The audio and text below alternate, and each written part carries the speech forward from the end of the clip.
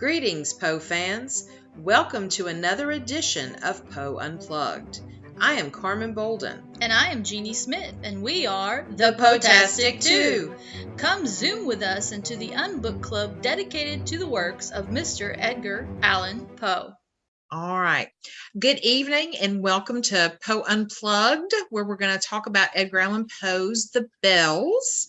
And we have Holly Michele with us, and she is an author and illustrator and has her own Edgar Allan Poe reimagined series. And Holly's going to definitely give us a lot of information about all of that here in just a second. Did everybody have time to read The Bells this evening? Yes. Okay. All right. Good deal. One kind of neat thing I looked up is that, I think most of y'all probably know this was Poe's last poem to be published, and it was actually published posthumously because, hold on a second, he died before it got published, but it took him about a year to write. He went over and visited a lady. Her name was Marie Louise Shue, because he was having like inspiration issues. He was just kind of stuck. And so when they were visiting, having tea, there were lots of bells going on. And he even remarked that all these bell noises were making him not be able to focus. And so she actually wrote down like The Bells by E.A. Poe, and then started talking about the bells, the little silver bells. And so that's where that poem kind of got started. So I don't know if everybody knew that or not. So I wanted to share that. Had anybody heard that origin story? I heard a different origin story. Oh, okay. Well, share what you So heard. I don't know where I heard it from, but I know it's when his wife was really sick. I thought like his nurse had it was inspiration from her, because it wasn't she like wearing bells, or she had robes, and like there was like the carriage had bells. I had heard that as in because he was having writer's block. That was part of it, but he was having writer's block, and he was just like, I can't think of anything to write. And while she was there, he kind of came up with the idea of the bells, with hearing them somehow. Okay. I can't remember if it was on her person or if it was like the carriage with the horses. That's interesting. And, just like with anything, there's probably lots of different stories, behind it from the lore of, how he did write it. So that's very interesting too. Yeah. Has anybody else heard either one of those before? Just the one you were telling me about. My English teacher told me that. Okay. So you had heard the one I had just shared? Mm-hmm. Yeah, that's the one that she, when she was teaching the poem in class, that's what she started with. And then we went right into the poem. Okay. Very cool. I wonder which one is true. I don't know. Yeah, I have no idea where I don't either. From. So, I don't either. And Holly, now that you say that, I think I may have heard that version too. Yeah. And so, Jeannie, did you find anything on that? Well, there's always certain things like on the website that you posted where the bells were. They talk about Sarton's magazine, how he did die before they posted it, because the way they typeset it, he wasn't able to dictate how it was put, and it actually ended up being put in two different columns. But as for everything else being posthumously, that part of his life, especially towards the end, whenever he died, there's been so many different rumors, so many different. That's true. Dictates of how it actually happened, what he had written, when he had written. It kind of goes down to, it's one of those things of lore. Which one was actually true? Maybe they're all a little bit true. They just all been spliced, cut apart, which is typical for that type of history. Yeah, that's very true. Someone like Poe, who wasn't exactly well loved, and how his arch nemesis was the one that ended up posting his plays, or not plays, but his works, and getting for it. So yeah. Well, and his obituary and a biography and all of that with Griswold and with them, and then even the Allens, I think at one point throughout Poe's life were telling things that were not necessarily true either, and making kind of like covering up some of the things that are not as nice for society, I guess you could say. And it didn't make it really pertaining to that sort of status quo kind of thing. Yeah. And also with his poem, sorry, I don't mean to interrupt, but that's okay. Go ahead. I don't think he wrote it within one sitting period, like normal. Most people works for a long period of time. And I think he wrote it over a specific time period because of the different types of bells he incorporates, like with different aspects. And to me, when I read it, it's like he was traveling and he was just writing as what he was listening to. Yeah. Time. So it's more like a traveling journal type aspect of the poetry that I read into it. So yeah, I could definitely see that. Jay Christensen had posted, I heard the same, that he had writer's block and the university spells was inspiration after Virginia's death. And so, and I'm going to admit Leela in. She just joined us. Give her a moment. Yeah. Hey, Leela, we already started, and so we're just talking about kind of a little bit of the background of where Poe had got the inspiration for the poem "The Bells" and some of those types of things. And I think one other thing I read about I think I'm trying to remember. Let me look it back up.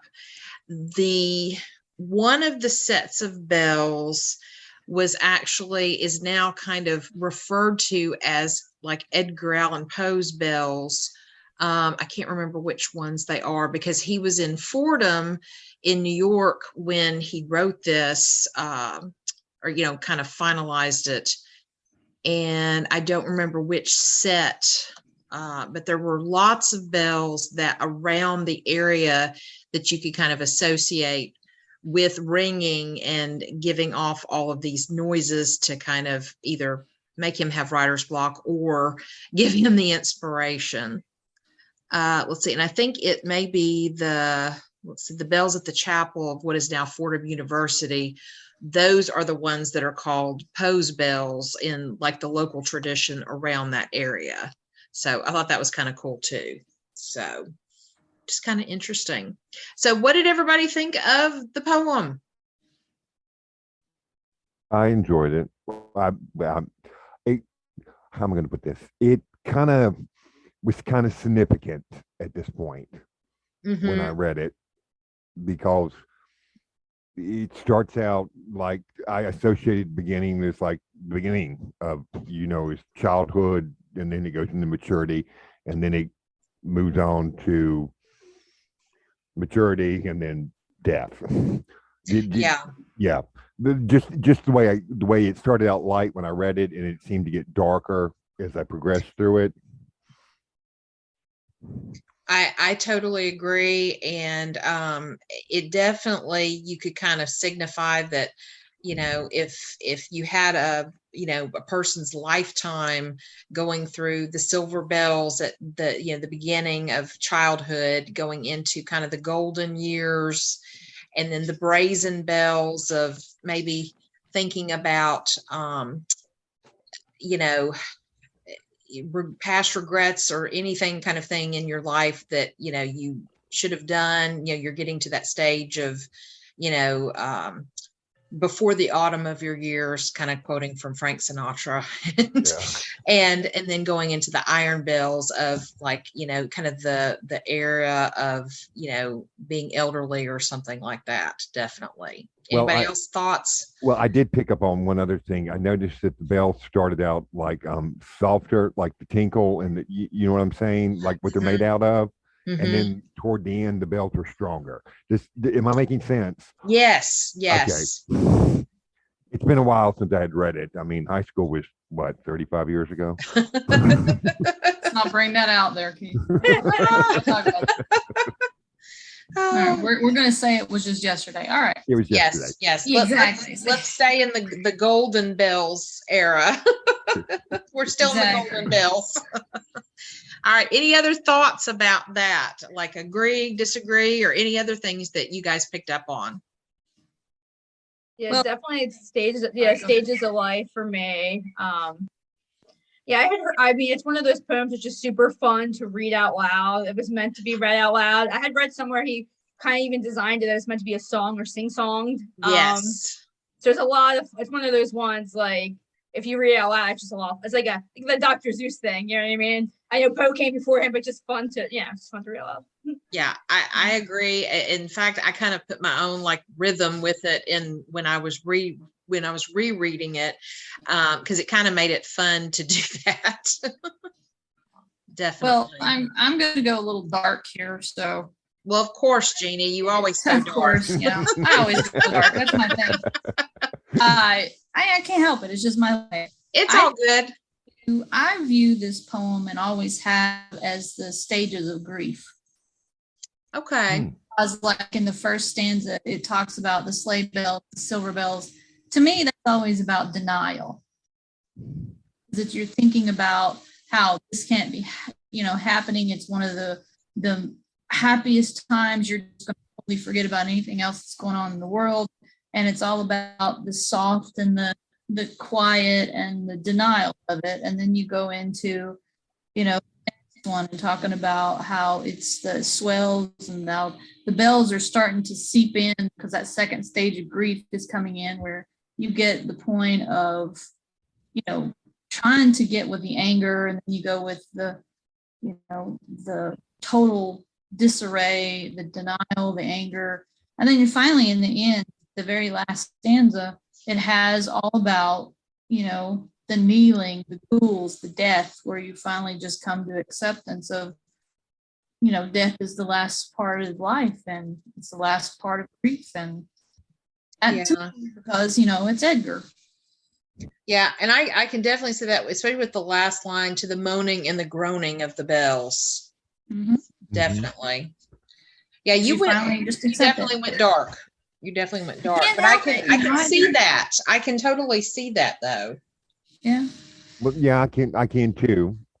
By looking at it that direction, I can see it. It makes absolute sense. Of course, when I talked to my sister about it, she compared it to the changing of the seasons.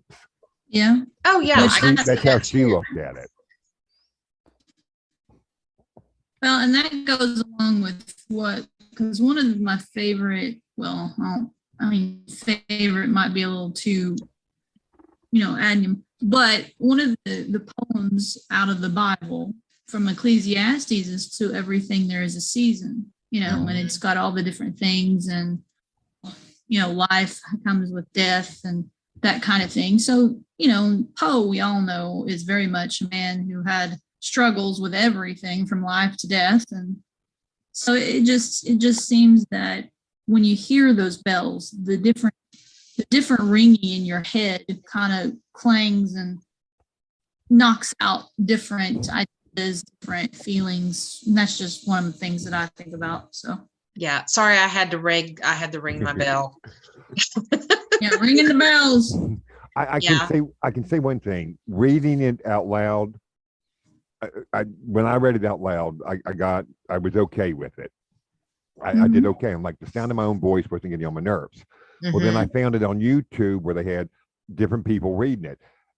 And I thought I was going to lose my absolute mind this afternoon listening to other people read it. I'm like, you've got to stop this. Yeah. Well, Keith, was there one on YouTube that you thought was like the best version, just so people can go seek that out? The best version to me personally, and it's because I'm a big fan of his, but it was a version read in the likeness of Christopher Lee. Christopher Lee didn't do it. Oh, but the okay. guy read it in his likeness, because we know how Christopher Lee was when Yes. in his acting, and he did the Raven that I love so much. I've kept a copy of that saved Mhm. on my computer. So, and that version, I was like, oh, I'm okay with this. I can handle this one, because it wasn't Okay. all over the place like some of the readings that I listened to this afternoon. Oh, very cool. I wrote that down, and that's why I wanted like if to share that way. And I may go here in just a second and find it and put it in the chat for everybody. Um, did you find any versions that people were singing it? That was one thing because I didn't Yes, even think to look for this. yes. There's actually there was a guy that made it into a song back in the '60s. It was like a folk song. I cannot, Makes sense. I can't remember his name, but and then there was a choir that did it, and one I was just me, you give me a topic, I'm on YouTube all day long, Right. Yes. just looking and seeing the different ways things are done. But it set to music, it was interesting. But the choir, when they did it without music. Um, oh, acapella, is that it? Yes. Yeah, and the way the beginning, we're going really big fast in the beginning, the tinkling of the bells and all that, the bells, kind of happy and joyous, and then it Hmm. kind of slowed down and got a little heavy toward the end. Okay. The bells. Not that I'm doing that quite as well as they did, but I mean, it was enjoyable. I mean, so Okay. the singing part of it, the folk song one, I didn't particularly care for, but Yeah. Well, I just found it on YouTube, the version in the vein of Christopher Lee. I that's added it. that in the chat. And so yeah, I definitely will listen to that later. That's really cool. Any other thoughts on the poem? Did you all like it? So I kind of agree with what Holly and Jeannie said. When I read it, it kind of just reminded me of this guy was looking at his life, and it started out, it was okay. But then as it continued, stuff just got worse and worse, his outlook on his life. So it's kind of Mhm. like a combination between those two. Because you start reading, you're like, oh, this is cute. And you're like, oh my gosh, what's happening? So I took it as a perspective of someone, the way they viewed their life, and it just kept getting worse. Okay. Yeah. Definitely so. And that definitely fits with Poe's life if you think about the stages of what all he went through, with all the loss that he had and everything. So yeah, totally get that. So on a lighter note, let's kind of move to Holly's The Bells and do the little Oh, show cool. yes, and you can find that on Amazon, and I'll put a link in the chat when she's talking about it. But I've read it, and Holly, I loved it. It was adorable. Thank So, you. I but appreciate it. you take it away and you kind of talk about everything. So the whole inspiration for the bells for me came from actually my childhood. I know, Keith, you were saying that your teacher went over in class. So my introduction was a little different. We had to pick like either a poem or excerpt from something to read in front of the class. And in our book, we had a little portion from the bells, and that's what I chose. So that was kind of like, I just chose it, I memorized it, and I recited it. And to this day, I still have that section. I would be annoying and recite it to my husband. And at the time, I had always thought like that was the entire poem, not realizing it was only part of the poem. So then I discovered like, wow, it's actually quite long. And I started out as a child illustrator and author. I wanted to do something with Edgar Allan Poe. So I kind of went back to that poem for my first one. I was thinking when I read it, because I only had read an excerpt as a child again, I had thought it was actually about Christmas. Because starting with the very first verse of like the silver bells and everything, and I automatically thought it's Santa Claus. So I kind of stuck with that. And my goal in this kids' book is to basically introduce children to Edgar Allan Poe in a way that they can relate to. So maybe they're not getting what his original meaning was, but it's kind of like you get to see his words in the story. It's his words mixing with my words to tell a different story, but you still get all of his words. And there's like a word vocabulary section, so you can learn them. So that was kind of then. My thing was with the bells. I'm not sure how many people here are familiar with the story of the Krampus. Mhm. Yes. He wears the chains and the bells. And I kind of just thought, like, well, this is Edgar Allan Poe as a little kid, as the main character. I'm like, well, he thinks he hears Santa's bells, but it's not Santa's bells. It's the Krampus who comes down the chimney, and he has to use his writer's wit to kind of get ahead and save all the naughty little boys and girls. So that's basically the premise of the story, told through Edgar Allan Poe's poem. So. Yeah, it's great, and she does, she is an illustrator and does her, all the artwork herself. And let me show a few things. But yeah, I loved, Holly, that you did have the as an English teacher, when I saw the vocabulary, so the kids read for words you never read. Nice. Yes, I was like, oh, this is awesome. This is so awesome. But and what's funny, in the original version you have Carmen, I took out the tintinnulation.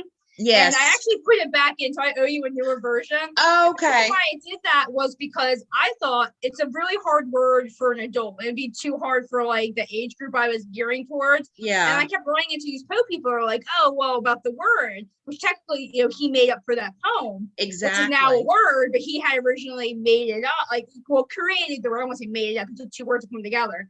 Yeah. So that's actually back in the book, because all it really means is ringing. So I put it back in there. So it's actually in the newer version. Since this was the first one I did, because I was trying to stay as true to his words as possible. The only words I changed is like the word bosom. If you read anything from that time period, people love that word. It's just a very antiquated word today, and it's just a word that I just take out anytime I do any sort of adaptation, just because it's just not what we think of. At least it's not what I think of. So that, and the tintinnulation, which I actually ended up putting back in later on. And I can see why you would take it out kind of initially, just because that it is a hard word, especially. I don't know if I'm saying it, to be honest. I'm not even sure if I'm saying it correct. I've heard people say it several different ways, so it's one of those words I shy away from, because I'm like, well, am I not saying it right, or you not saying it right? Because it's not a word people really say and or use. Yeah, absolutely. But I did put it back in there, just to be like, because it is a cool word, and since there is a vocabulary section, I mean, it's there for you to look up if you're like, what the heck does that mean? Yeah. Oh, absolutely. But here's just some more of just the artwork, and what I was holding up a minute ago was at the beginning. And what I thought was so really cool was on here, and she's got the little bitty bells on the tree, and just really cool. And the cat is Pluto. I don't know if you call that, Carmen. The black cat has a little P on his necklace there. I did. He has a pet cat named Pluto. So. Oh, yes. Some black cat. Oh, yes. Oh, I did. I caught it and loved it. Absolutely loved it. And she weaves in Poe's actual real brother and sister, Rosalie and Henry. Yep. And so I thought that was really cool too.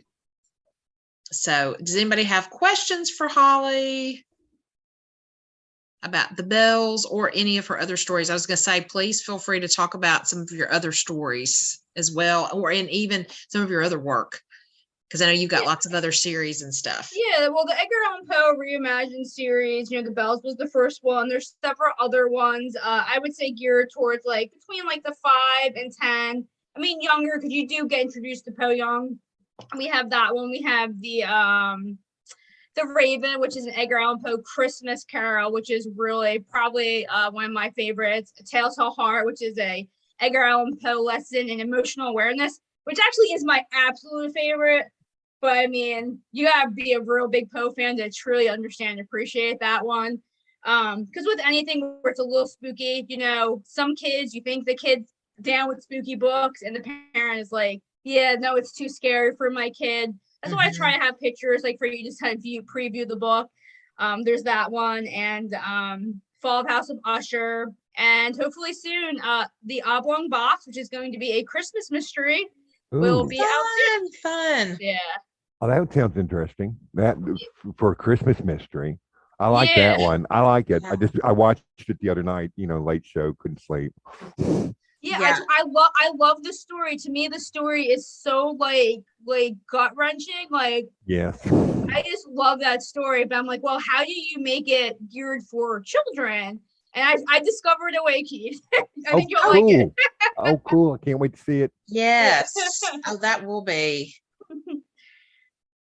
Now, why did you want to gear this towards children? Was there just a epiphany moment of saying, hey, I just want to write children's and I want to gear things towards children? Or, actually, no. I started actually writing young adult books, like long novels and fantasy.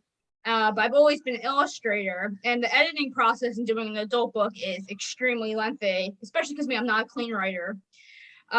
Can't spell to save my life. I know, but I'm a writer. So my sister had suggested, like, hey, like, why don't you start like drawing books, like kids books to go along with your adult one. So like, because I started with the Jersey Devil story, because I'm from New Jersey and I live on the street the Jersey Devil was born on. It's a local legend about a demon, which is right up my alley.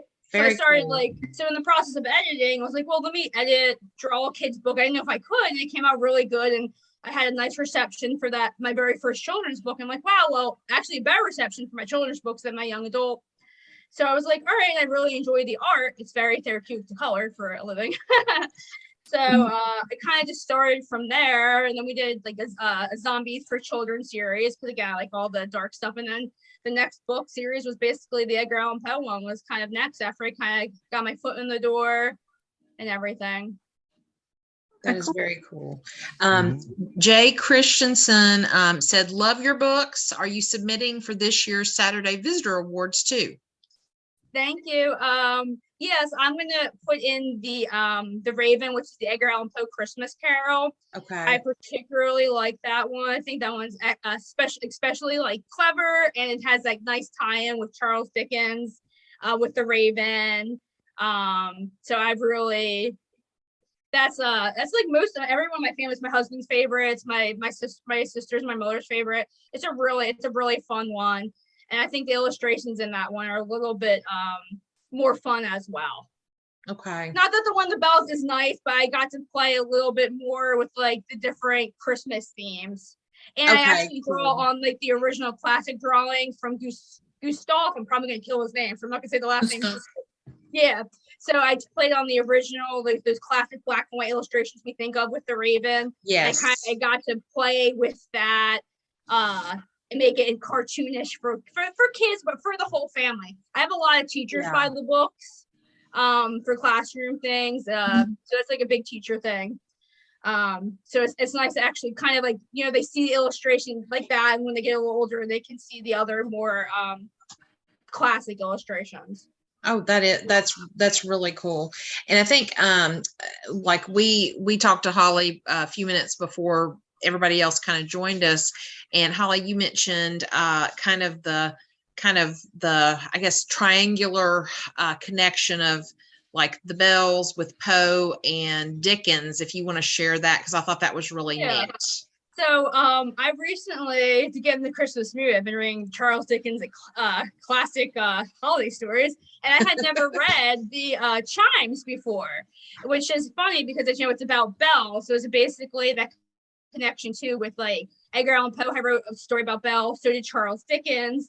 And kind of at the bells in the beginning of Charles Dickens too, it starts off as like this man, like these are beautiful sounds to the man, after we've been talking about this. And then at the end, it's kind of like basically these goblins come out of the bells and basically do show him like what his life was like, when he gives into depression. This is like, but Dickens usually has a happy, optimistic ending. You know what I mean? Oh, yeah. So I don't want to give too much away if you want to go back and read it. I've really enjoyed the story. I mean, no one does dialogue like Charles Dickens. But yeah, it was kind of, I thought as I was reading it, I was like interested. I was like, wow, this is kind of cool, because it kind of just another kind of interesting connection to add those bells. Charles Dickens, obviously, like I said, it's actually a New Year's story more than a Christmas story. Okay. So it was kind of like an interesting time, because plus like with my bells, I kind of always thought as a child, like I instinctively thought Christmas. So yeah, everybody go, if you want to read it. It's not very long. It's just a short story, but it was really good. Well, cool. Yeah, I definitely am going to check that out. I think I've got a short collection of Dickens works. I've got A Christmas Carol by itself, but I've read some Dickens, but I haven't read all of them. And there's a few that I definitely want to check out. Yeah, and that's So kind of that's how I one feel of them. too. Like I feel like, I mean, like I said to my husband, like if he's been like on the back burner for so long, I'm like, I need to like start reading these. So it's kind of what I'm reading right now. Absolutely. And Dickens actually, tried to help Poe out, in Europe when he went back, because he came over to America and Poe did get to meet him. And, he really did try to help Poe, become even more of a published author. And it just, it didn't necessarily work out. But yeah, it was a cool little tie-in for me. Like I made me, I guess, appreciate and like the story, I think, even a little bit more. But yeah, it was definitely just another little interesting that they both kind of had like a story about bells. Yeah, that is awesome. And then, with, Dickens having his own raven, well, he had, I think, a couple named Grip, and then Poe, having the raven, the story, the poem, I should say. And if you are in Philadelphia, go to the museum there and you can see the stuffed taxidermied Grip on display. It's really cool. Yeah, I'm pretty sure he had 3. Yeah. Yeah. But Holly, one question I have for you is, have you just ever thought about maybe upping it a little bit more into the graphic novel area of doing more of a crossover, like what some of the comic books are doing now? I know it would gear toward more of a preteen, that type of area, because teaching middle school, that's kind of what they like, is the graphic novels. And I was thinking when I saw yours and read it, it would be great to put it as a storyboard graphic novel type. Yeah, and like me personally, I absolutely love graphic novels. And I'm like a weird artist. Like I'm like cartoony, but I actually can do fine art. The only award I've ever won was actually in fine art, even though I like pop art, graphic art style. But I actually I wanted to do kind of like so the problem with graphic novels is that they always abbreviate the words, which some people are okay with. But if you ever like reading reviews on graphic novels, like, well, you change the words. Well, yeah, I have to, because it's the story is told with the picture, not with words. Like, it's more picture oriented. So I had originally wanted to do a full, like almost like a picture book graphic novel. I actually had started to do A Tale to Heart, where I was doing really like more fine art, black and white, real sketchy, where it actually looked like a human's face versus like a cartoon blob. But then I thought to myself, like, I could actually make like a 50-page graphic novel of just illustrations, because there's so much storytelling in that, and keep all his original words and just have it like be a picture book for adults. But the problem is with that, and I hate to say it comes down to money, but it's by the time I'm done doing those illustrations, because you're talking, I had figured out I'd have to do 150 illustrations. Wow. And then print it, and I was like, which is not an issue, but then it's like, well, are you really going to spend like $30 for one story that you could essentially read for free online? And there's so many other graphic books out there. So that's kind of when at the point, I actually did that before the kids book. And I said to my husband, like, these are coming out really cool, but each picture like that takes almost 6 hours to do. And that's before with any, like, no color, and have to be black and white. If I wanted to add color, it just kind of got to the point where it was like, it is so cool, and I would love to do it. But then, like, because otherwise you're cutting the words out.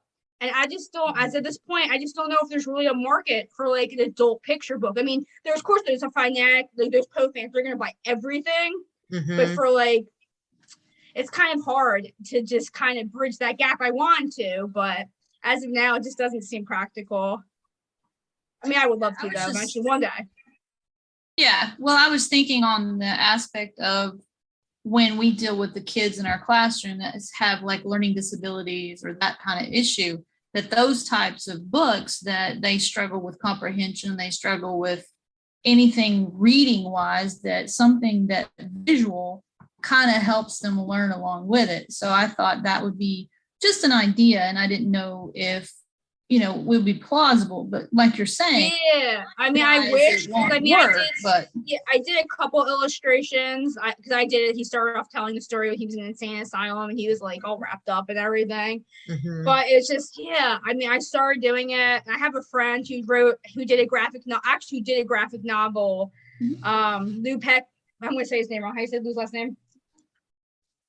It's Lou Pesci, like the actor, right? He was he was a okay. I think I'm gonna say his name wrong, but he did a graphic novel. I met him through my friend Leroy, who was supposed to join. I wasn't able to. He texted me, said he's sorry, but yeah, he actually did a great graphic novel with really cool illustrations.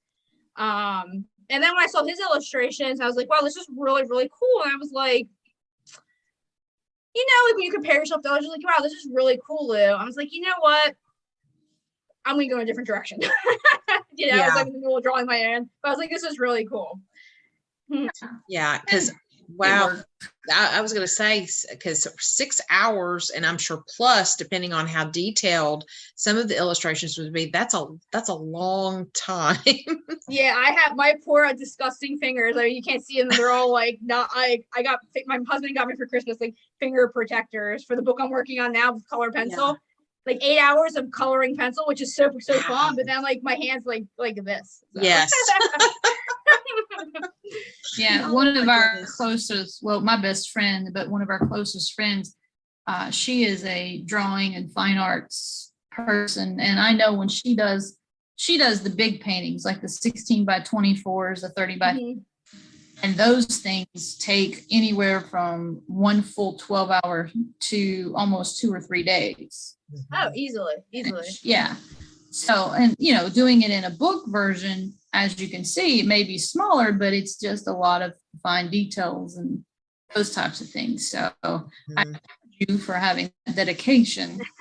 Yes. To do that, because it makes my hand cramp with arthritis thinking about it. So absolutely. Yeah, but I mean, your artwork is beautiful. It just, the colors are amazing, and it makes the story really pop. Definitely so. All right. Any other questions for Holly or thoughts? Any kind of thing? Another thing I want to say is for any of you that get our journal, the Raven Journal, last month was Holly's Gothic guest debut, where we put the information on the website where she has not just her Edgar Allan Poe books, but all of her children's books. So you can find it on that. And if you haven't signed up for our journal, then you can send an email to Carmen, and we can add you to it. So we have different Gothic guests before we have our Poe Unplugged and our Poe cast and stuff. So you can find all her information and find where her works are at. If you don't want to look them up on Amazon, you go directly to her website. So yes, absolutely. So, and before we do have our Poe Unplugged, you can research, whoever our Gothic guest is going to be on here before joining, and check out their work and things like that. But she's got, with her, especially her book covers, her artwork is displayed beautifully on her website. Yeah. So is that the only project that you're working on right now, is the oblong box, or have you got, do you do multiple things at one time? I'm all over the place. I have a really exciting book for any Mary Shelley fans. I'm doing Frankenstein meets Santa Claus. And the illustrations are like I want to say a cross between like a folk art graphic novel, and that's why my hands cramping.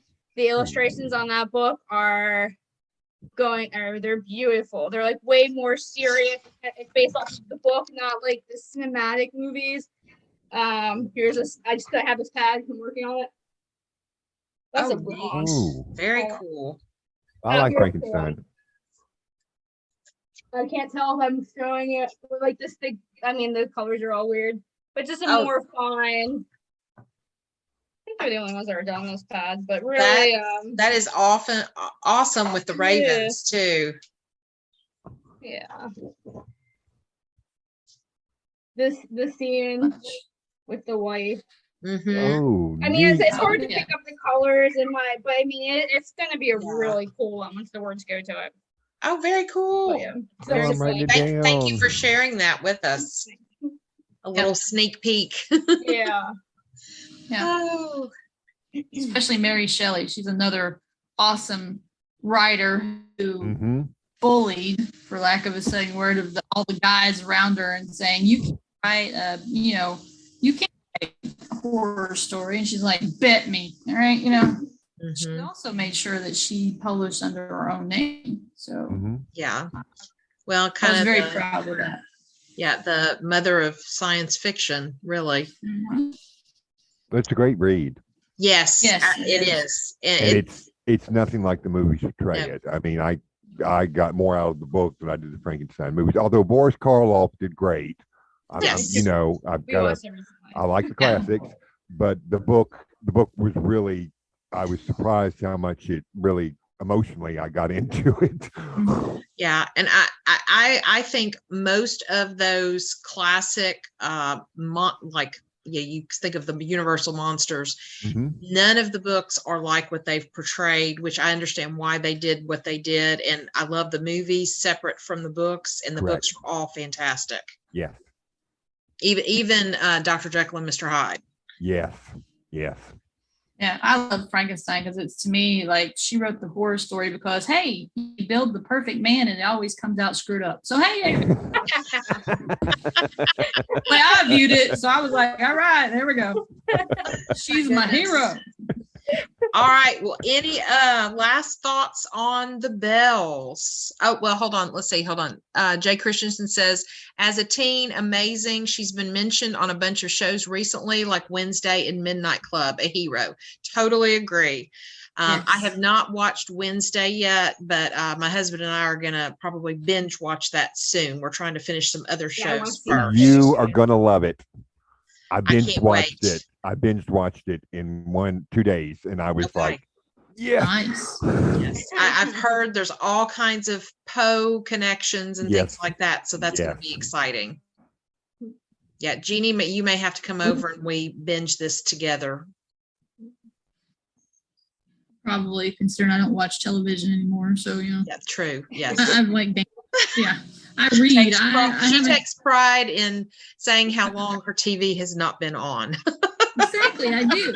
It Well, hasn't been on since 2018. So I'm sorry. Congratulations. Oh wow. I mean, No, I and just I'm not on any social media Neither. either. So I turned the TV on for Wednesday just because I saw heard the advertisement Yes. come across the computer, and then I'm like, Oh, well, yeah. I'll sit down and watch this. But most of the time, it's all music's playing, and my face or nose are buried in a book. yep, Yes. there we go. Yes. Yeah, I'll And- probably have to go to Carmen's house to watch it. So Oh yes. Well, and kind of coming back to Poe, the movie The Pale Blue Eye is Mhm. coming out soon, and I've read the book behind it, and the book is fantastic. And so I think if they've done it like they did, like Louis Bayard did the book, it's going to be fantastic. So just very, very good homage or awesome homage to Poe. So, well, the I've book's seen worth some of the the investment. critics.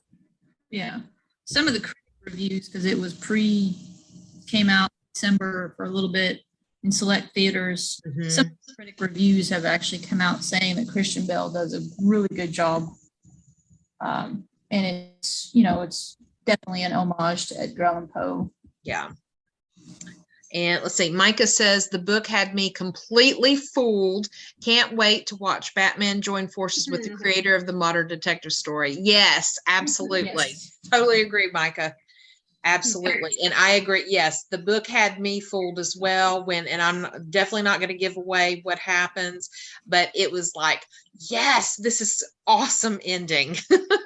Well, now I've got to go order the book. Yeah. I listened to it, and I can't remember who read it, but whoever the person that did the reading, the voice was so good. And so if you like to listen to books, I I just think recently started that. okay, it's a nice read. I got it on Audible, and so A Pale highly Blue Eye. recommend. Yes, the pale blue eye. Okay, thank you. You're welcome. All right. Well, any last thoughts on the bells or questions for Holly or anything like that?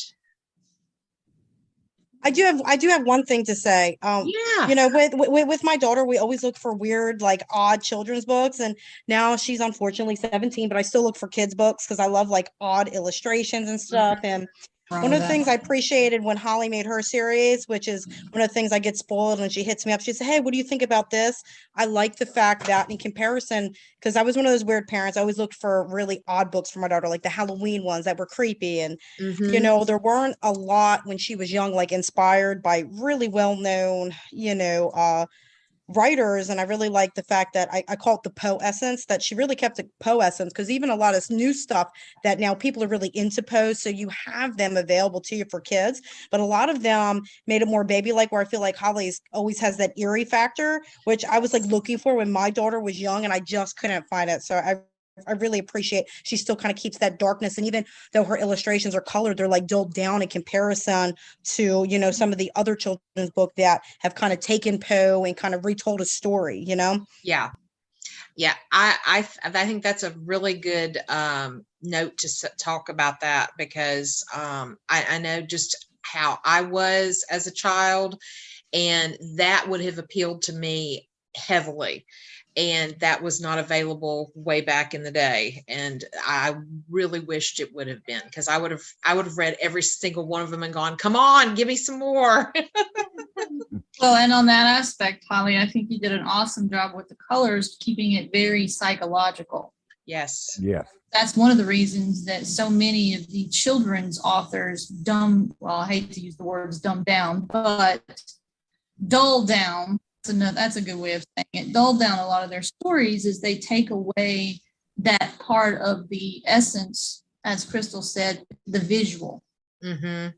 You know, don't use the reds, don't use the greens, because they invoke different types of emotions in certain children and all that. And a lot of people want to stray away from that. But that's one of the things that grabbed me the most about just the fronts of your books, is the color always draws me before anything else on anything.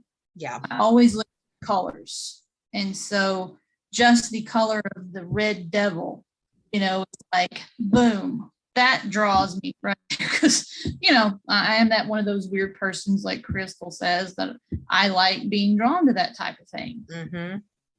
It makes it more real. And I like things that are not really, can't be, you know, realistic in some aspects, unless you truly believe in the devil and that kind of thing, and demons. But to me, it's like, hey, it makes it visually real to me. So that's another thing that's great props on that too. Yes. Yes. Awesome all around. Yes. And we thank you so much for joining us, Holly, and talking about your inspiration and just keeping Poe alive, you know, forevermore. I always like to say that, because it's true. And I think more people, I should say, have come to know Poe and all of the different aspects of his writing. It's not just about horror, it's about all kinds of things. And I love that we can just keep him going, and just, for as long as we can. We are going to meet next month for Poe Unplugged on January 24th. And that's a Tuesday. Just want to kind of give everybody a heads up. 7 o'clock Central Standard Time. So I know a lot of everybody on here is Eastern, so that's 8 o'clock. And joining us for that Poe Unplugged, our Gothic guest for January, his name is Jason Markiewicz, and he does like radio style portrayals of Poe's works, kind of like old radio theater style. And so I've listened to a few snippets of some of his work, and we've been talking with him, trying to get everything set up. And so on Poe Unplugged, it's been, Jeannie, how long ago did we talk about The Raven? It was back at the beginning of the year, I think. I think Yeah. so. It's like Yeah, the 'cause- very first one. I I thought think Yeah. was maybe so. Well, we're going to revisit the Raven Okay. for January, but look at it through the lens of the horror that comes out of it, those things. And I think before we looked at a different lens. And so so please definitely join us next month. And yeah. Okay, Once okay. more, the journal will have him as our Gothic guest. We'll have Yes. links to his YouTube, his different things that you can check out, along with other aspects of like our podcast and other things like different announcements we make when we hear about anything with Poe. I know Carmen and I in April are going to be at the Steampunk Yes. Poe-esque. That's going to be where, Baltimore? It's in Baltimore. Yeah, I think so. It's the Telltale Steampunk Festival in Baltimore, and it's going to be on April 1st and 2nd. I can't remember what hotel it's at, but we will be putting that in our journal, and so you'll be able to see that. But yeah, so Jeannie and I are going to be traveling together to that, and so we're really excited about it. And we're working on some merchandise that's going to have that steampunk factor with Poe, and so kind of really pulling out things of his, like the balloon hoax and things like that. The what is it? I'm gonna butcher the title, but it's like the Adventures of Hans Fall. I can't remember exactly, like off the top of my head. So okay. yes, it's another balloon tale. But yeah, so pay attention to any of those, and we will continue to push it as closer we get. And Keith, since you're up in the Virginia way, we'll wave as we go by if you want to pop up to Baltimore to see us. Yeah. Well, thank you. Jersey, you can come down. Actually, I've got time on my hands for a lot of things now. So Woohoo! That's cool. yeah. And Micah being in California is kind of going to be difficult unless you're on the East Coast for something. Yes. Leela, I think, is up in DC area. Yeah, I am. So yeah, maybe I'll try to come. Sounds good. It sounds like Okay. fun. And then Jay Christensen, what area are you in? Yes, Micah, the commute would be a horrible problem for you. Yes, yeah, he just commented on that. Yeah. Okay. Oh, so okay, Northern Virginia. So yeah, so Nice. that's not too far from Baltimore. So Baltimore. Yeah. So we could, might see people or just wave as we go by saying, hey, we might, hey, here we go. absolutely. Now, unless we drive or fly, and if the flights keep screwing up the way they are, we might end up having to drive. But Yeah. Oh yeah. it's not really a bad trip. But yeah, once more, Holly, we thank you for joining us. We enjoyed Thank you. And Thank you both. Yes, thank you. Very interesting. Yes, thank you. It was great. Yes, this was really enjoyable. So Mhm. all right. Well, thank you, everybody. And, we're in the middle of Christmas and New Year. And so happy holidays to everybody. Please enjoy your new year. And we really enjoyed having everybody on here. Micah says, thank you, Holly and Carmen. So good to see everyone, and happy holidays. Yep. And so have a fantastic new year. And we can't wait to see you again in 2023. All right. Yep. Everyone have a great Bye, New everybody. Year. Here. All right. Bye. Bye, guys. See you next Happy time. New Year. All right. Yes.